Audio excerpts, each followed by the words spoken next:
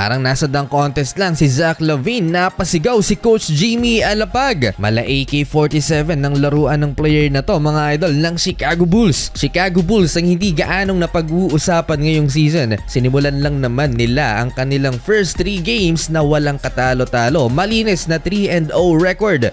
Kalaban nila ang 2 former Bulls, DeMar DeRozan at Zach LaVine, na binigyan pa ng tribute sa kanyang muling pagbabalik Chicago. Tinalo ng Bulls sa kanilang first 3 games ang Pistons, Orlando Magic at Atlanta Hawks. Westbrook starting 5 ng Sacramento Kings sa low post, binuli ang mas maliit na si Trey Jones. Ganda ang mga numero ni Russell Westbrook for the last 2 games, 16 points sa Thunder, 18 points naman sa Lakers. 12 points ang biggest lead ng Chicago Bulls sa first quarter pero naibabaya ng Sacramento Kings matapos ang perfect 12 out of 12 shooting from 2-point area. 36-33 end of first, Russell Westbrook another basket sa corner naman, 3-pointer. Second frame, hindi pa rin halos magmintis sa mid-range ang Sacramento Kings led by DeMar DeRozan and Russell Westbrook. Eto na naman si Brody driving to the basket, easy 2-pointer sa pintura at eto pa, driving layup na naman. 9 points already para sa former MVP. So far in 4 games, isa pa lang ang naipapanalo ng Sacramento Kings. Malik Monk transition dunk and Domantas sa bonus dunk din para palubohin sa 10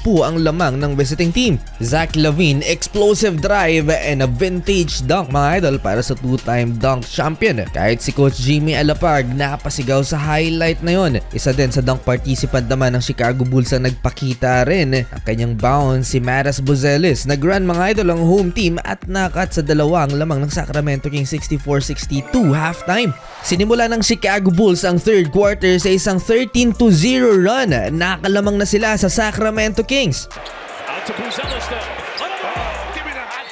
Nakantsawa naman si Russell Westbrook ng mag-airball ng wide open 3-point shot.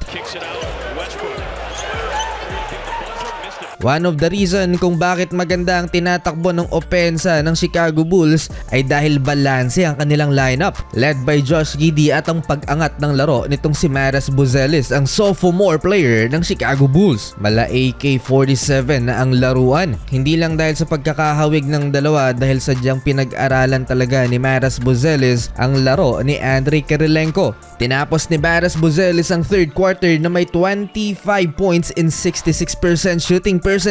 10 points Bulls lead going into fourth quarter, 101-91. Josh Giddey malapit na mag-triple-double mga idol. Sinimulan niya ang fourth quarter with a deep 3-pointer. Highlight again for Matas Buzelis, sumabay pa si DeMar DeRozan at nag-switch ng kamay mid-air. Sumampan na rin sa 14 points ang inahabol ng Sacramento Kings, biggest lead ng home team so far. Josh Giddey with his 12 assists kay Jalen Smith. Habang lumiliit ang oras, lumiliit din ang tsansa ng Sacramento Kings na makuha ang kanilang second win ngayong season. Sayang ang 30-point game ni Zach LaVine dahil nakuha ng Chicago Bulls ang kanilang pang-apat na panalo. Meron na lamang 4 na team sa NBA ang wala pang talo. Yan nga ay ang Bulls, Philly, Oklahoma City Thunder at San Antonio Spurs.